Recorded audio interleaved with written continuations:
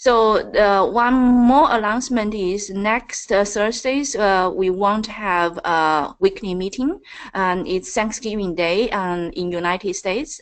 So we will cancel the next Thursday's meeting. We will resume after that. Then today's meeting will be SAI programmability of SAI. The people who is driving this proposal is Matty. Hi, Matty. Are you there? Can you hear us? Yes, I am here and I can hear you. Can Okay, you hear great. me? Yes, loud and clear. Great. Cool. Do you let me make you the presenter in case you want to show anything? Yes, I am. Okay. Yeah. I'll go ahead and promote him. Thank you. Yeah. Thank you. So we can start recording and also go ahead. Yeah. Okay, show screen, I guess. Yep. Yes. Can you see my screen? Yes. Okay, cool. Let me move to presentation mode. Should be bigger now, right? It's quite large. Yeah. Okay. So hi everyone. First, let me apologize for the previous time. Actually, I was on the wrong bridge. I was on the call, but on the wrong bridge, on the old one. So sorry, this is my bad. No worries. No worries. Yeah. Okay. So actually, I can hide this window. I found it. Okay. Now I can see the full presentation. So what is programmability and why you need it? We need it. Sorry. So we are looking at the old world. So the old world look like IETF, IEEE define a protocol, then how the vendor come up with the implementation, and in parallel to that, software vendor come up with protocol implementation. So more or less, if we look at the cycle of feature between someone think that this feature is needed, Vixen, till the time actually we have all the ecosystem, including silicons and software, it's something like at least 2 years cycle. And we want to improve that. So the industry want to improve that. This is the message. We want to be much faster than that in terms of defining a new feature, whether those features are tunnels, new headers, new ability to debug the system, or a new pipe. And the question is whether we are going to a full flexible world in which you can, in order to define a switcher router, you need to write a code that will describe what is a switch and what is a router, and then put your protocol stack on top of that. This is the fully programmable devices. So actually, when I look at that, I think that the reality is something in between. I don't think that people are trying to reinvent layer 2 or reinvent layer 3 or replace IETF and replace IEEE. I think that those standards and those pipeline are well functioned, and they have a lot of legacy code that work on top of them. And in most cases, actually, it is enough. Or it is enough if we can. It is enough in case we can add some portion of flexibility to it. It is perfect. So the way we want to see it is we want to take the old world with those fixed pipe, and on those fixed pipe to add some flexibility and to add some programmability. So then what you can do is you can replace existing one, or you can create some new pipe between two fixed pipe, but probably you don't want to replace all of it, all the planning that you have already. So this is the motivation. The motivation is we want to do it, and sorry, let me stay with that slide. And since we are here in this SAI community, what we want to do is to make it generic. Because we want to make it generic, we want to create a uniform API for that, and we want to create a uniform behavior for that programmability.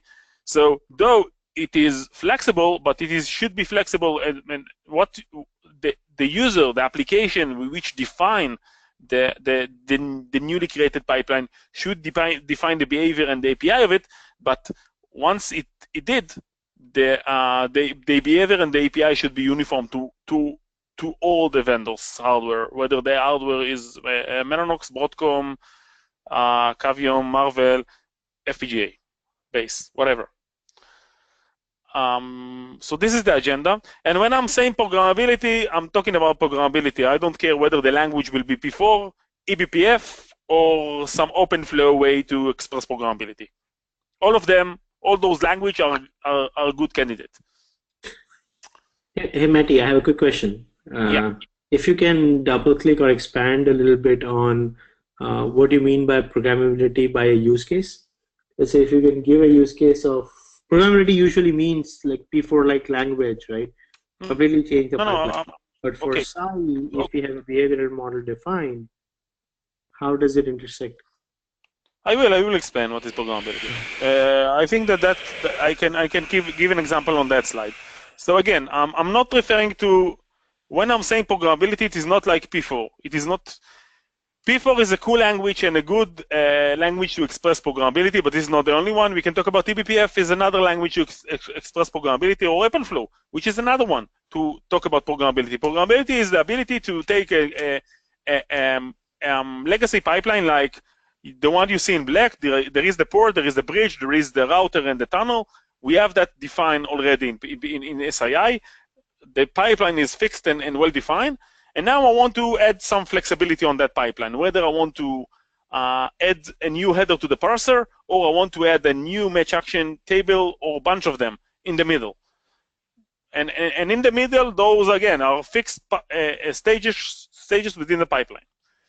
So, and a good use case for that, maybe I want to add a NAT table just before the port and between the port to the bridge, or I want to add some telemetry header to the packet that ingress to my silicon, whether they are from right after the port or right after the router. It's up to me.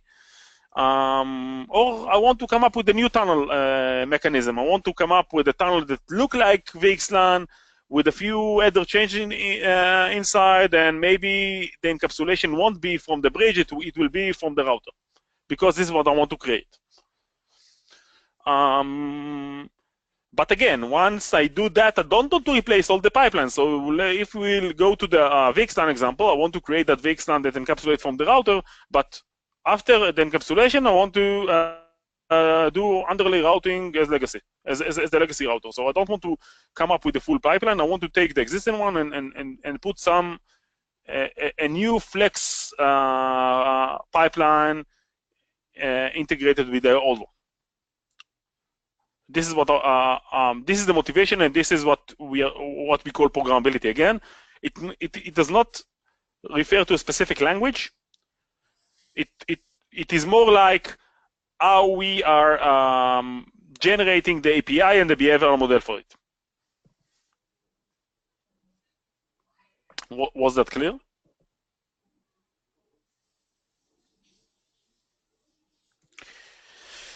Okay, so so the way we see it is we want to see the old application, like old NOS, sorry, like Sonic or OpenSwitch or other that work on top of SAI. In addition to that, we want the user of that box to be able to write his own application now on top of auto-generated flexible API, which will look or share the same object as SAI, because what we realize when we work on such approaches, that creating two different API, like on the legacy part, comparing to the flexible part, like SAI on the legacy, and I don't know, something like P4 runtime or Linux eBPF API on the right part, actually in the real world you cannot work this approach cannot work because there are shared objects. For example, if we go back to my new tunnel, then I expect the old nodes to create the RIF and the VRF, and I will use those RIF and the VRF in my new tunnel application in order to configure the tunnel. So for that, they must the new flexible and auto-generated API must share the same object as the legacy one. So we would like to actually in order to do it, what we would like to do is to extend SAI, not to come up with a new framework for a new set of API like P4 runtime or again Linux eBPF. Well, we want to extend SAI in order to be able to actually achieve this goal. So, any question? Okay. So what we're trying to do here is actually, and again, what we should define as a community is not the language. It is not the programmable language. It is more like how the auto-generated API should look like. And then people can come with the different compiler from a different language to those auto-generated API. This is the idea. Having said that, now I would like to talk about a specific programmable language that we as Mellanox want to start with and contribute to the community. Sorry?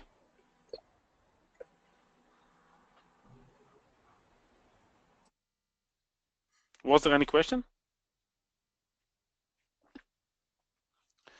Okay.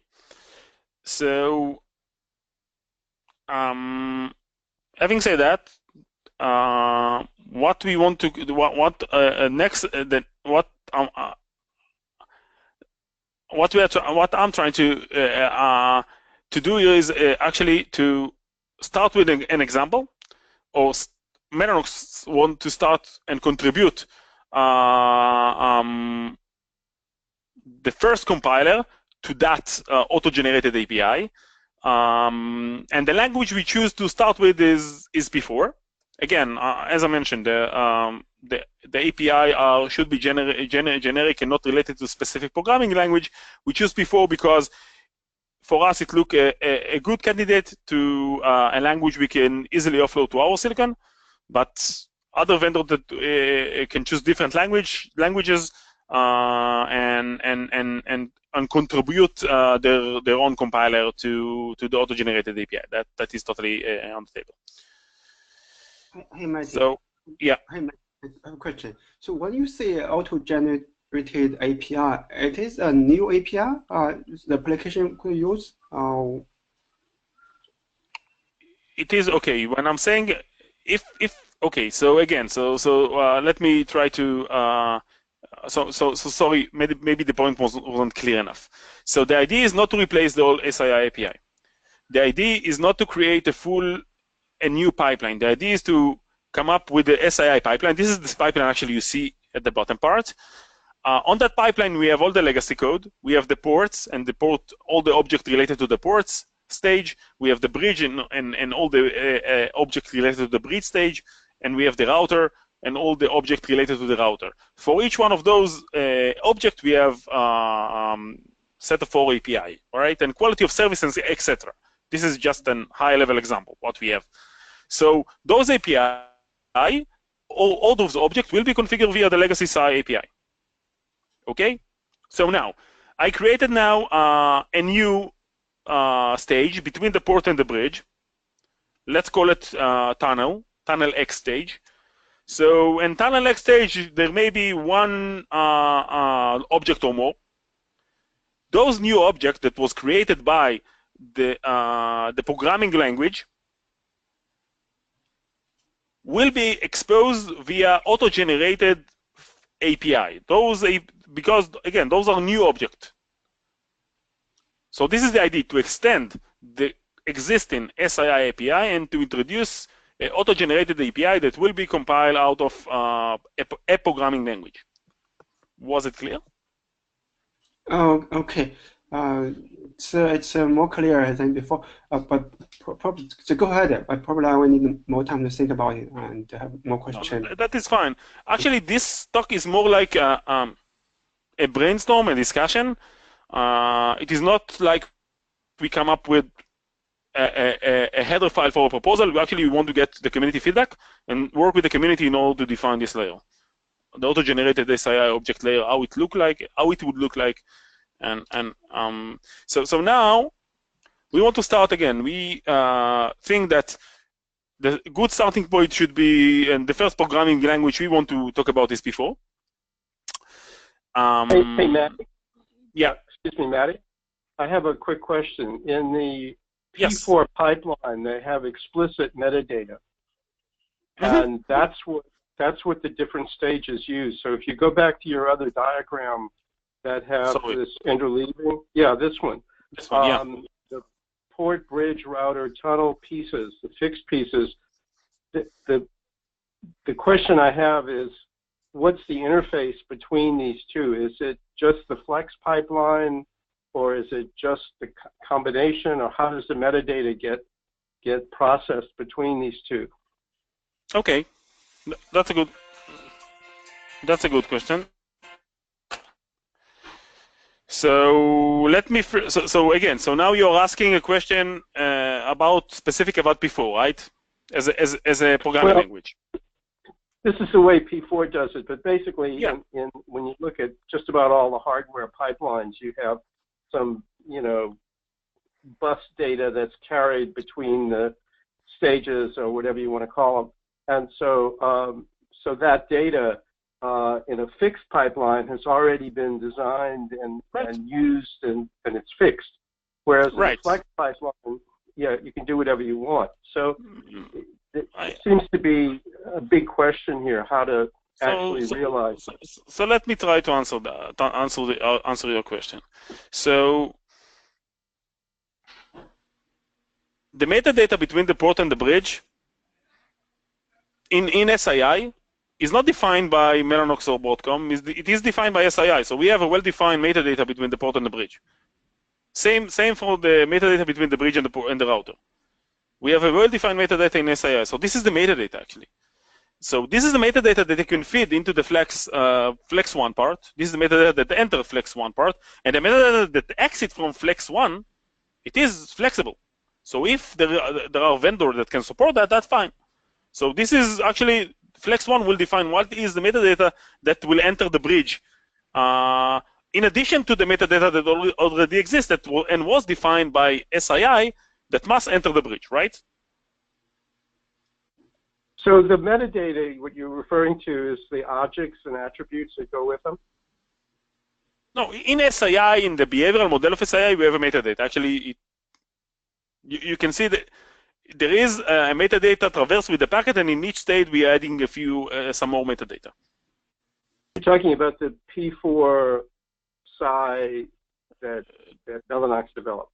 The P4 SAI or the Visio, yeah, each one of them, which are actually quite correlated to the object, SAI object. They are quite similar to the SAI object, and we are trying to actually align SAI object, align the model to the SAI object. Okay. And we are working on that to make it more and more aligned. All right, I haven't seen the latest iteration of that. If you could send that out or post it or send a link to it, that would be good. Oh, actually, so the latest code is I will send the link. No problem. Sorry, no problem. So, but okay. The idea is not to go with a specific hardware. The idea is actually because then it will be Mellanox or Broadcom or Marvel model. It won't be SAI model. So we want to stick with the SAI model, describing the metadata. And again, we will be glad to get the help from the community in order to do that. So moving forward, so let's talk about P4 a little bit. So actually what we saw, why P4 and why we choose P4, because actually we saw a nice movement in the P4 community from P4614, which talked about let's define the switch. Let's reinvent the wheel. Let's define the whole pieces, the whole switch from scratch. Write the program which expose the router, the bridge, all the pipeline, and then compile it into something. To a discrete model approach, in which you have fixed hardware and or read-only part or whatever target target architecture, and in that target architecture you can put multiple P4 program in that, and this is actually exactly how we see it and exactly how we describe it. So what we want to come with is a target that called SAI target, which look like that. So in SAI target we have SAI parser, and we have the port layer in the SAI that it is already defined and partially implemented it before already. Then we can add a new flexible block from which you can define the metadata. The input metadata is well defined by the port. The output metadata can be flexible, so you can add on top of the one that you must push into the bridge, you can add some more. And the stage itself, how the stage look like, is totally programmable. So you can have there one or more match action table. Same for all the other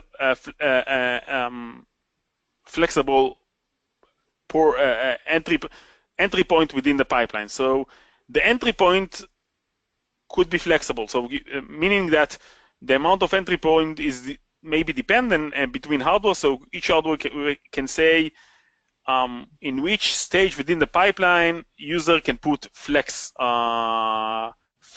program. And again, it is totally supported by the architecture, by the P416 architecture. Sorry. So from Mellanox side, it looked like P416 is a good candidate to start with, the good starting point to expose programmability.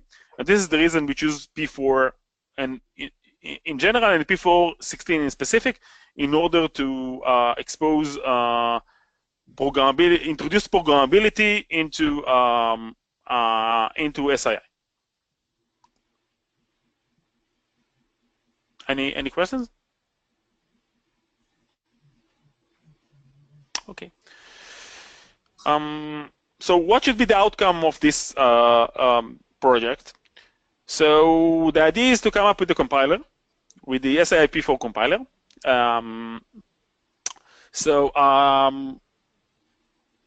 The front end of that compiler is P4 generic front end, which do all the synthetic phase and the semantic phase. So it is it is out there. It is actually up and running, this part of the compiler. Then there will be a mid-end. This mid-end will do SAI code generation from the P4 program. And the backend will be, and this is generic, so the part of that are generic at the front end and the mid-end, those should be open source and generic, and as part of the, at least for the mid-end, as part of the SAI project. And the backend is target specific, which actually translate the P4 program into and configure the pipeline and actually create the pipeline you just mentioned, defined in P4 to the hardware. In order to populate entry into this table, you can use your SAI auto-generated API. In addition to the hardware pipeline, what we want to do is actually to come up with a soft switch implementation for that compiler architecture. So this time, the backend will be the soft switch backend, the one that was implemented before. So you will have P4 describing the fixed part, the ports, and the router, which are read-only P4. You cannot edit them, at least not in the first phase. Between them, you can put a flexible P4 pipeline, and then what you will get a bunch of API. Part of them are legacy API, and there will be a new API auto-generated out of the fixed of the P4 program you put in your pipeline. And in addition to that, what you will get is a P4 program that actually describe or emulate the hardware that you created. And then you can simulate, emulate it, and try to see what you get from it.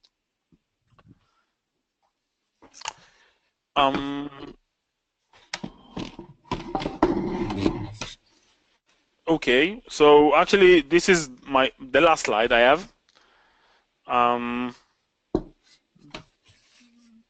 Any thoughts, comments?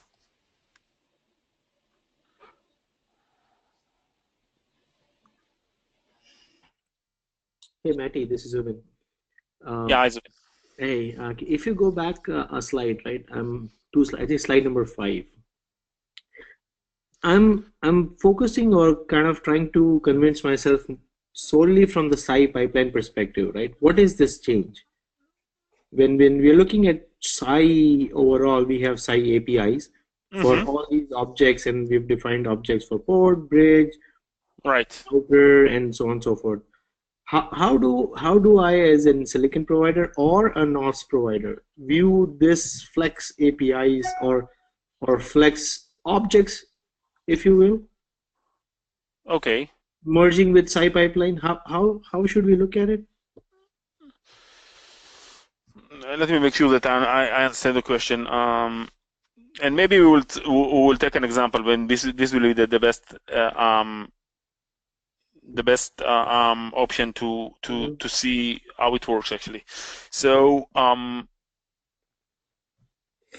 let's imagine that I want to add in-band telemetry, my own format in-band telemetry, not in situ and not INT.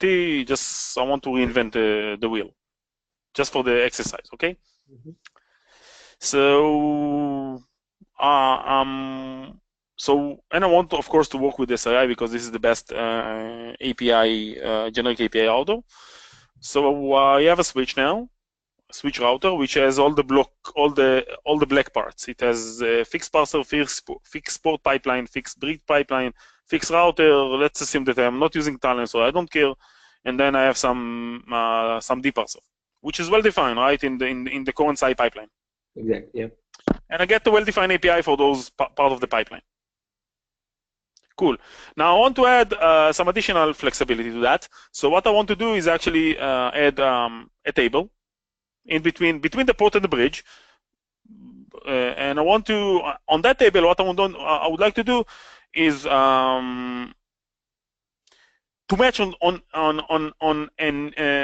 on a specific flow, whatever it will be, attached to I don't know, TCP port, and if I see this TCP port, what I want to do is actually I want to add some metadata to the packet, which will be a new header eventually.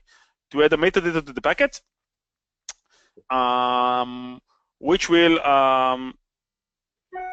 say put some, I don't know what was the packet, what was to give you the ingress port counter, for example, within this payload. And I want the payload to be between the layer 2 and the layer 3. Okay?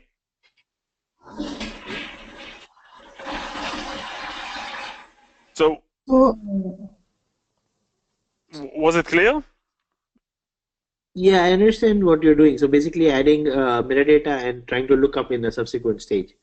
Right. So what I need to know to make it work, I need to be able to have to define this, what I'm trying to do in some programmable language first, and then I need a set of API in order to configure this match action table or tables or new part of the parser that I come up with. Right? Okay. So what I'm trying to say that the language is, you can choose your own, but the set of API, and that's fine. So you can work with eBPF, or you can work with P4, and you can work with the new language or OpenFlow. I don't know. But how about the SAI APIs? Okay, so the new set of API, what I expect to get is if you create a table, and you call it my telemetry table, I would say I would want to have an object now, a new object, auto-generated object within as part of SAI API. That the object name will be my telemetry table, and the attribute of this object will be the attribute that was defined by the programmable language that you choose. So if we will take P4, so the match, and you created a exact match table, so the attribute of the match will be the one that you put in the P4 program, and the action will be action attribute will be the one that you define in a P4 program. So you will have an API that look like SAI API. It just auto generated because this is a new object, not something that we add in the legacy API. So from a SAI perspective and just the behavioral model, what we are looking at is, and to put it in a simple sentence, is add a flexible stage after every object. Right. And pretty much in theory it can do anything, but then we'll have physical limitations when we come to specific ASICs. Yeah, of course. So okay. Of course. But yeah, totally, I mean, that's cool. Yeah, so I think, but if you look at, I mean, you described a use case, right?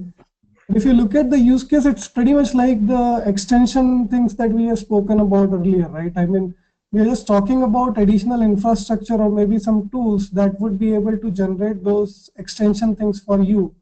But for a user of the SAI API, right? I mean, it is more like a vendor specific thing, right? And then, of course, I understand that the CRUD model will be available and it would be easier to integrate with the rest of the NOS and all these things, right? So all the architectural benefit of the SAI. But other than that, I mean, it's more like a tool or infrastructure that would be available, and I think more useful with some of the standard things like P4, but or maybe OpenFlow. But if I have any of my own thing, right, how I generate it and what I do, as long as it is CRUD, right, and if we just define the way to define the extension header for any feature that somebody can introduce, what difference does it bring in? It does not bring any difference. Actually, this is exactly but the only difference is you're right. You can come up with, I have a programmability again. So the idea is programmability, right? The idea is not to write manually the extension, because this is now you wrote manually something that should be flexible. I don't want to define the extension manually. I want to define what I'm trying to get out of it and get the API auto-generated from it. So basically, opposite, that's more of a kind of a, if I have to put it in some say area or I mean in a perspective, it is more like a infrastructure or tool support for certain programming languages to generate a SAI similar extension API, right? Right, but what I'm trying to say, just a minute. Extension side. That is totally what I'm trying to say, but more of that I think that we should come up with a standard or a well-defined way to create the API, because what I would like to see is, no matter what is the language that you choose to work with, if you define in that language that telemetry object that match on a TCP port, and as a result encapsulate the counter between the IP, between the MAC layer and the IP layer, then no matter what was the language, whether it was eBPF or P4 or OpenFlow, I will see the same API. This is I will see the same API, and no matter who is the vendor that actually give me the hardware, I will see the same API, because this is the only way for me as a system vendor to get a uniform layer and not care about the hardware that give me the hardware vendor that provide me the implementation. So other problem that I see here is that see, basically when you do this flex stuff and if you have say table match action table kind of thing, right, you might have cooked up a certain feature by having multiple tables, right? And that would not still give you an abstraction. I mean, on a NOS level, you would still be dealing with the individual match action things. whereas it might be multiple tables together providing you a feature. So for example, if we take an existing feature of, say, VLAN creation, right? VLAN creation, the SAI VLAN create might be doing several things with several tables in the ASIC, right? So that abstraction we will lose, right? No, why? Again, so again, we in SAI we can argue on the model, but in SAI we don't care about the hardware representation of the pipeline. We care about the logical pipeline, right? And what we are saying that the logical pipeline determines the behavior, not the hardware implementation of it. This is the same. So now, sorry, go ahead. No, that's where I have little confusion, because when we talk about a programmability and when we talk about any of the programming languages, right, that we will write a flow, right, and that flow might create multiple match action tables and say parser entries or something, right, and all of those together will give you one feature, right? So your abstraction would be still on the table level or something, right? So that's something I could not understand, because that uniformity we might not get across languages and say OpenFlow versus P4 or something, right? I mean, every language will have some different nuances and nitty-gritties, correct? So I agree. I'm not saying that you will get uniform. Okay, so just a minute. So let me try to answer your question. So I'm not trying to have a uniform pipeline representation between different languages. Okay. I'm not sure we can achieve that. Okay. What I'm trying to say that if I define same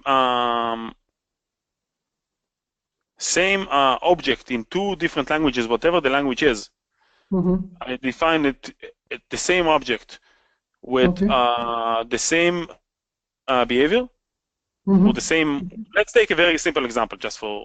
So I can define in OpenFlow a table that I'm going to match on IP, and as a result, forward or drop the packet. Right? Very simple. Just maybe it is a dumb question, but a dumb example. But just I can define the same table in P4. I can define it in eBPF as well. The same table. I'm saying that if you define the same table, then the API for those tables should look the same, regardless of the programming language you choose to write it with. Of course, there may be a case that the programming language is limited. So in eBPF, you can write the stuff that you cannot write in P4, and maybe you can write something in eBPF that will be single object, can do a lot of function that in order to write it in P4, you need to break it into 10 objects. Yeah. That's fine. I'm not trying to come up with a generic programming language. I'm trying to come up with a guideline how after a programming language I'm generating an API, because then all the users that use that programming language will get the same set of API out of it. Okay. Same set of SAI API, because what you want probably as a user, as a vendor, as a system vendor, not as a hardware vendor. You want so let's assume that you want to come up with a new implementation in your pipeline, a new tunnel in your pipeline. Okay, probably you want to implement that in 4 different languages and say, okay, this is what I want. You will you will choose a language, whether it is P4, eBPF, or OpenFlow, whatever the language will be. You will implement that functionality on top of that language. I expect to have a single set of API, generic API out of it, and then you will test it on multiple vendors that can support that language. Right? Okay. This is how I see it. So, and this is the framework we want to come up with. A framework that will auto-generate out of a programming language a set of API. Okay. So, so it would also include the complete implementation, you're saying, for those APIs, and we'll map them correctly to the silicon that I'll be using. Yeah, but that part is not the mapping into the silicon is vendor specific, right? I cannot come up with a generic layer that maps. Correct. Right. So since that's what I was going to get at, Because since the mapping would be always vendor specific, Right. it means that, does that actually mean that in all cases, I will have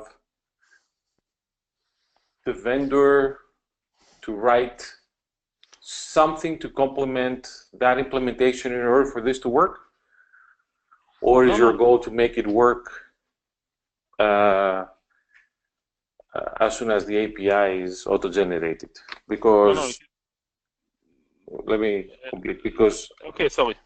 I don't see how we can have fully working functionality top to bottom without the silicon vendor intervening. Of course. I as a vendor must give you the backend. Right. So this is the backend, but the backend is right. After I wrote the backend once, that's all. You need to get Mellanox backend in order to work with the same way you are getting Mellanox SAI implementation in order to work with Mellanox SAI. So you will get Mellanox P4 backend. You need to get Mellanox P4 backend in order to run P4 on top of Mellanox devices. Same for other vendor languages. Of course, but does that actually mean, and clarify my understanding here, does that actually mean that for every auto-generated SAI API, you still have to do something as a vendor? No? No, you don't need to do anything. So once I build that compiler, that piece of software, okay, that's all. So that compiler will give you a set of API, and at the same time will create now in the vendor hardware the pipeline you request. Again, this is in case the hardware vendor implement that compiler for the language you choose. So how would we deal with issues whereby a vendor implements a compiler one way,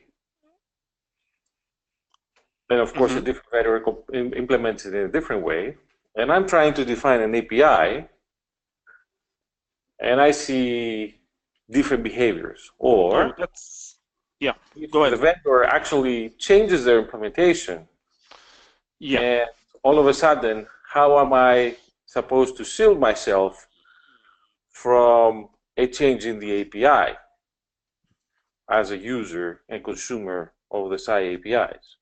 Okay, that's a good question, and this is the reason we create the mid-end, and this is the reason we have that one, and I will explain myself. So actually, the one that define the API auto-generated out of the model, out of the P4 model. And again, I'm using P4 just an example. So from now on, I will use P4 as a programming language, but not necessarily P4. It is generic. It is open API, and it shouldn't be per vendor. This is not per vendor. This is as part of the SAI open infrastructure. So the API auto-generated out of a P4 model are generic, and actually derived from the model, not from the backend code of the user. Was it clear, that part? Yes. Okay. Now, the model that you wrote in P4 plus the behavioral model that we have inside together create a well-defined behavior. The well-defined behavior you can test against that one, the soft switch. This is the well-defined behavior. The P4, the pieces that you wrote in P4 create a well-defined behavior, plus the legacy SAI, which has a well-defined behavior, I hope, together create a well-defined model end-to-end, port to port. So now you have the model, you have the API, and you have the behavioral model. So now this is the vendor to come up with the backend that actually meet the requirement, the API and the model.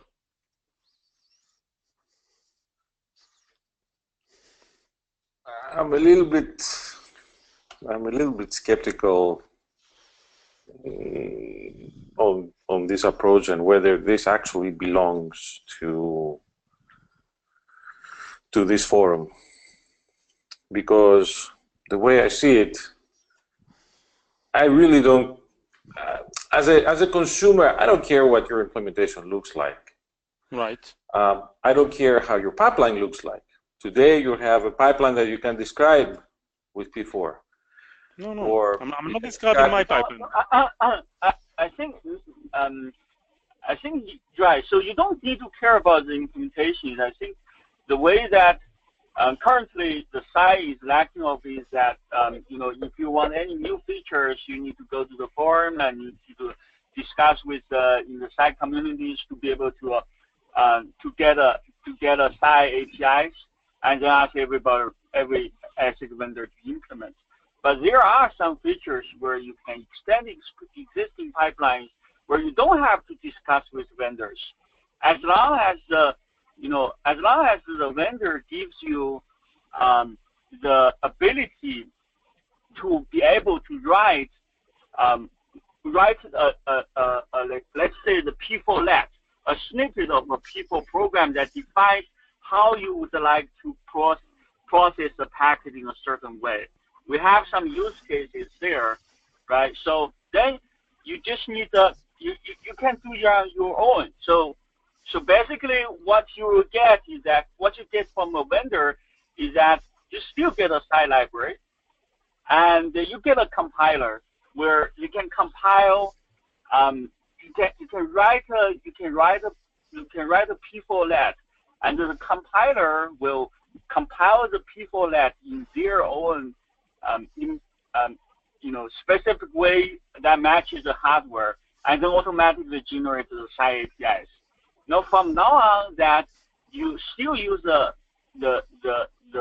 library where past extensions, and that library will support existing SAI APIs as well as the automatically generated SAI APIs.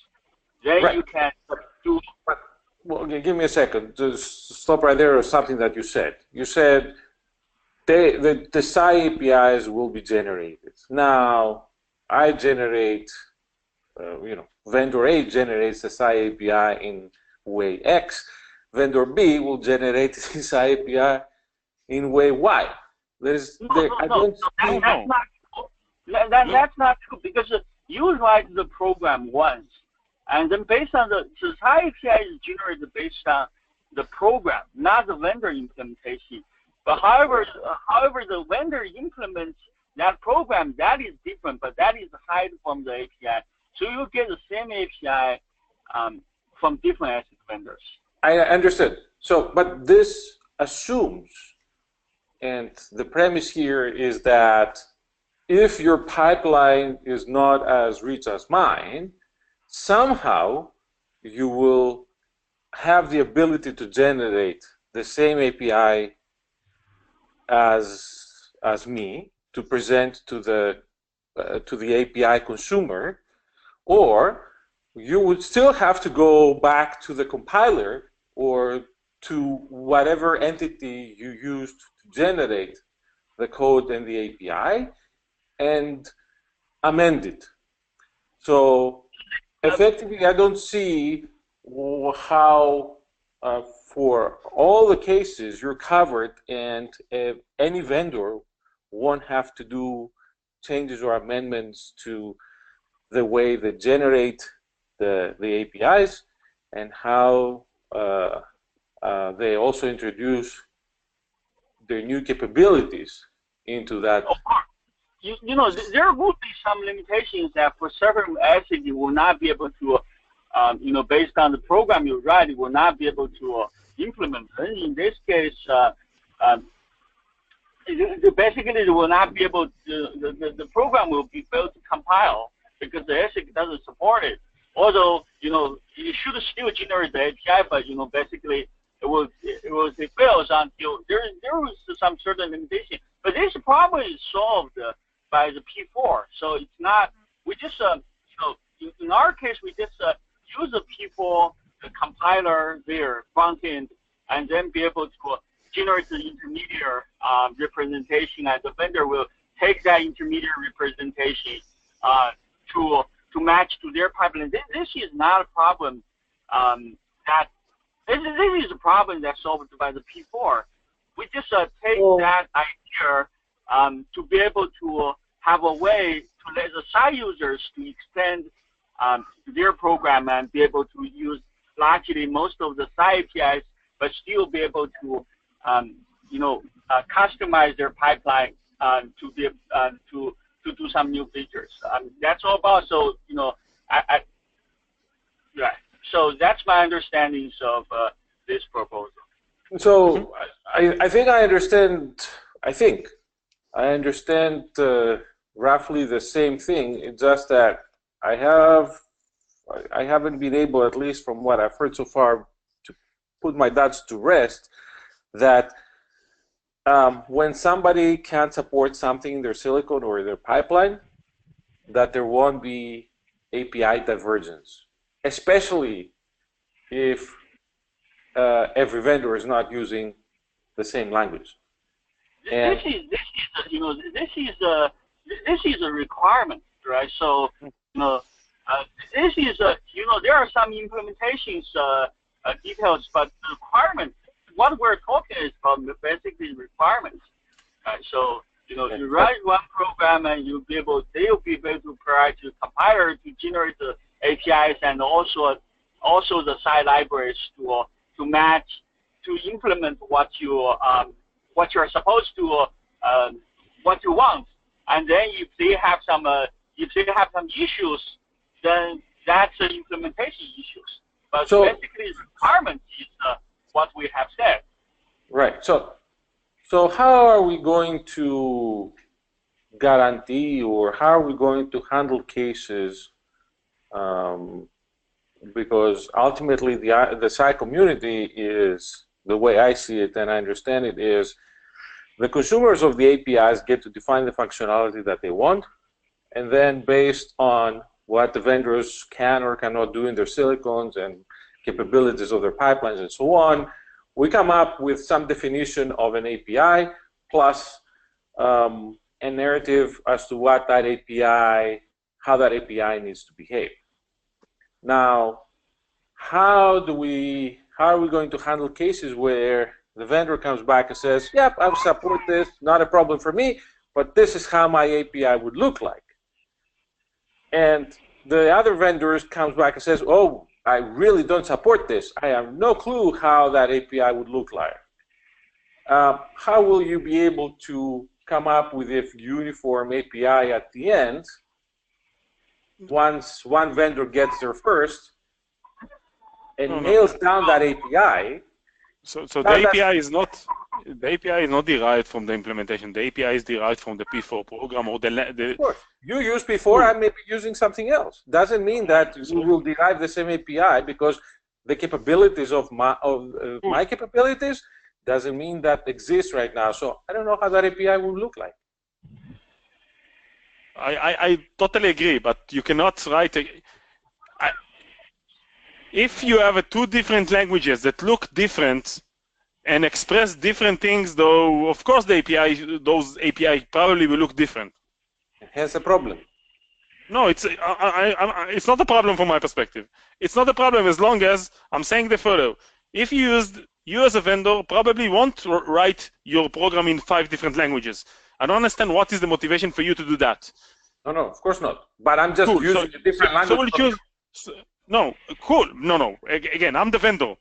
You must use my language because otherwise I don't have a compiler for you, right? I'm the vendor. I give you. I'm saying I have support TBPF and I support P4. You can use both of them. I have compiler for both of them. You are going to other vendor, taking. Let's assume that you choose P4 as your language. So you are going to all the vendor that support P4. Otherwise, it's not suitable for you, and saying, okay, you support P4, you support P4, you support P4, cool. Those are the silicon I can use. Now, you're writing your program, you will get an auto-generated API that will look the same for all the vendors. You will get a behavioral model out of it that will define how the model should behave. Hold on. This is, yeah. There is no, so you're gonna have to agree even before, which is what we do today, how that API should look like when somebody doesn't support it. So if I can support this today, I need to come on the table and I agree that, yes, I'm going to get that implemented and be able to support it in the language that I'm giving you the compiler in, but that API needs to look like this. And you say, well, no, really. That API needs to look like that. No, this is the reason we're talking. This is the reason we are on this call, right? The reason is that what I'm saying, that we derive the API out of the language, not the opposite, not out of the backend. The midend, which is generic and open source as part of SAI GitHub, the midend and only the midend define the APIs. This assumes and the API are just a minute. This is my requirement. Otherwise, it won't work.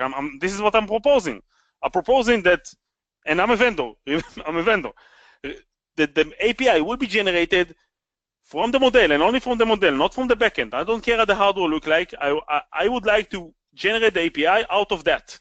And because this is the only way that the API will be agnostic to the hardware and the vendor implementation, they will be derived only from the model, and that will ensure you that all the different hardware that you will get that know to offload P4 will have the same set of API.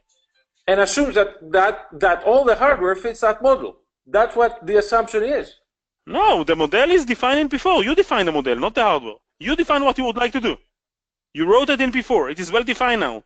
You can come up with a well-defined API for that, right? Because you have it in P4. That API that you expose northbound, right? In C today, in SAI, has to be exactly the same as the API of the vendor next door, and so on. It is again. It look like exactly the P4 model that you describe in P4. So if you load the same P4 program, P4 has its limitations. Tomorrow we may come up with another language.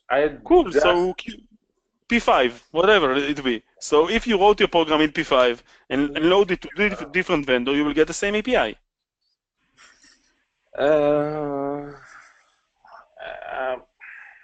Because again, I think this is a requirement.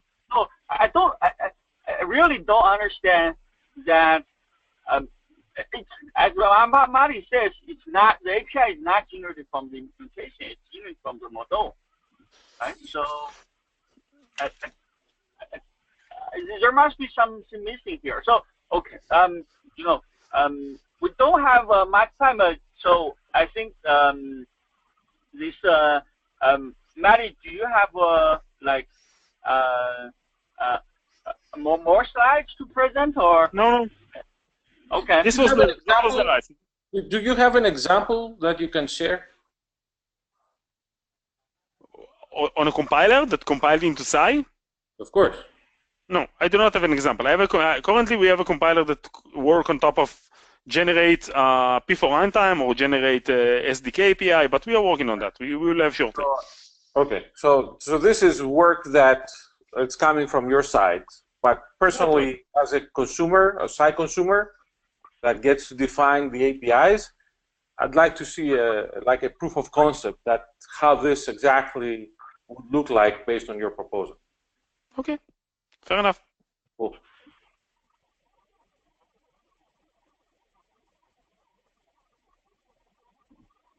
Okay. Yeah. I think the basic requirement is that we want to add some programmability into the SAI so that we can, as a user, we can define our own pipelines without asking the vendor and be able to innovate on ourselves. I think it's a good stuff, and this is in work in progress. So if anyone in the SAI community have any questions, or if you have any use cases and those especially use cases, you can try to connect Matty and then that would be very helpful to get the prototype out of it. So can support use cases.